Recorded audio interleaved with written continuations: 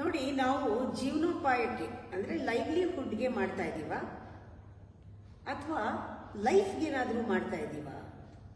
ಇದರ ಡಿಫ್ರೆನ್ಸ್ ತುಂಬ ಜನ ಗೊತ್ತಿಲ್ಲ. ನೀವು ರಾತ್ರಿ ಕೂತ್ಕೊಂಡು ಯೋಚನೆ ಮಾಡಿ, ಇವತ್ತೆಲ್ಲ ಯಾವ ರೀತಿ ಕಾಲ ಕಳೆದ್ರಿ ಅಂತ.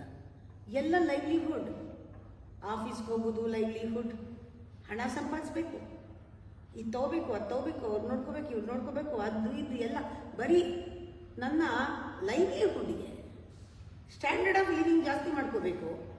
ನಾನು ಕಾರ್ ತಗೋಬೇಕು, ಸ್ಕೂಟ್ರಲ್ಲಿ ಎಷ್ಟು ದಿನ ಓಡಾಡೋದು, ಮದುವೆ ಮಾಡ್ಕೋಬೇಕು, 2 ಮಕ್ಕಳಾಗಬೇಕು, ಎಲ್ಲ ಲೈವ್ಲಿಹುಡ್. ಪ್ರತಿಯೊಂದು ಮಾಡ್ತಾ ಇರೋದು ಲೈವ್ಲಿಹುಡ್ಗೆ. ನೀವು ಏನು ವಸ್ತು ತಗೊಳ್ಳಿ, ಏನು ವಿಷಯಗಳನ್ನು ತಿಳ್ಕೊಳ್ಳಿ, ಎಂಥ ವ್ಯಕ್ತಿಗಳನ್ನು ಜೊತೆ ಓಡಾಡಿ, ಎಲ್ಲನೂ ಕೂಡ ನಮ್ಮ ಲೈಫ್ ಸ್ಟ್ಯಾಂಡರ್ಡ್ ಲೈವ್ಲಿಹುಡ್ಗೆ ಮಾಡ್ತಾ ಇದ್ದೀವಿ.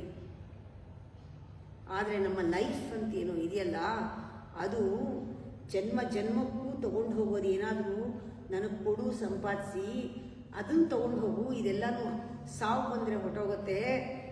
Live for your life, not for livelihood.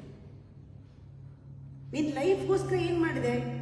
ಯೋಗ ಮಾಡ್ತೀರಾ? ಗುಡ್, ಅದು ನಿಮಗೋಸ್ಕರ, ನಿಮ್ಮ ಲೈಫ್ಗೋಸ್ಕರ. ಲೈಫ್ ಡಿಮಾಂಡ್ಸ್ ಪ್ರಾಣಾಯಾಮ, ಲೈಫ್ ಡಿಮಾಂಡ್ಸ್ ಕಂಟೆಂಟ್ಮೆಂಟ್, ಖುಷಿ, ಶಾಂತಿ. ಅದು ನಮ್ಮ ಹಿಂದೆ, ಅದಕ್ಕೇನು ಮಾಡ್ತೀರಾ ಅದು ನಮ್ಮ ಹಿಂದೆ ಬರುತ್ತೆ. ಬೇರೆಯವ್ರಿಗೆ ಸಹಾಯ ಮಾಡೋದು ನಮ್ಮ ಹಿಂದೆ ಬರುತ್ತೆ.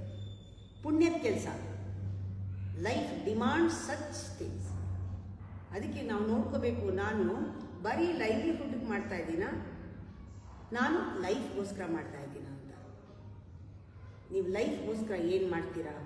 ಲೈಫ್ ಏನು ಡಿಮಾಂಡ್ ಮಾಡ್ತಾ ಇದೆ? ಲೈಫೇ ಡಿಮಾಂಡ್ ಮಾಡ್ತಾ ಇದೆ. ಅದು ನಿಮ್ಮ ಜೀವನ ಕೊಡಿ, ಅದಕ್ಕೆ ಅದು ಕೊಟ್ಟಾಗ ಅದರಲ್ಲಿ ಏನು ಸಂಪಾದಿಸ್ತೀರಾ, ಅನುಭವಗಳು ನಿಮ್ಮ ಹಿಂದೆ ಬರುತ್ತೆ. ನೀವು ಮಾಡ್ತಾ ಇರೋ ಲೈವ್ಲಿಹುಡ್ ಏನೇ ಮಾಡಿದ್ರು ಕೂಡ, ರೋಟಿ, ಕಪಡ, ಮಕಾನ್ ಏನು ಮಾಡ್ತೀರಾ, ನಿಮ್ಮ ಹಿಂದೆ ಬರಲ್ಲ ಅದು.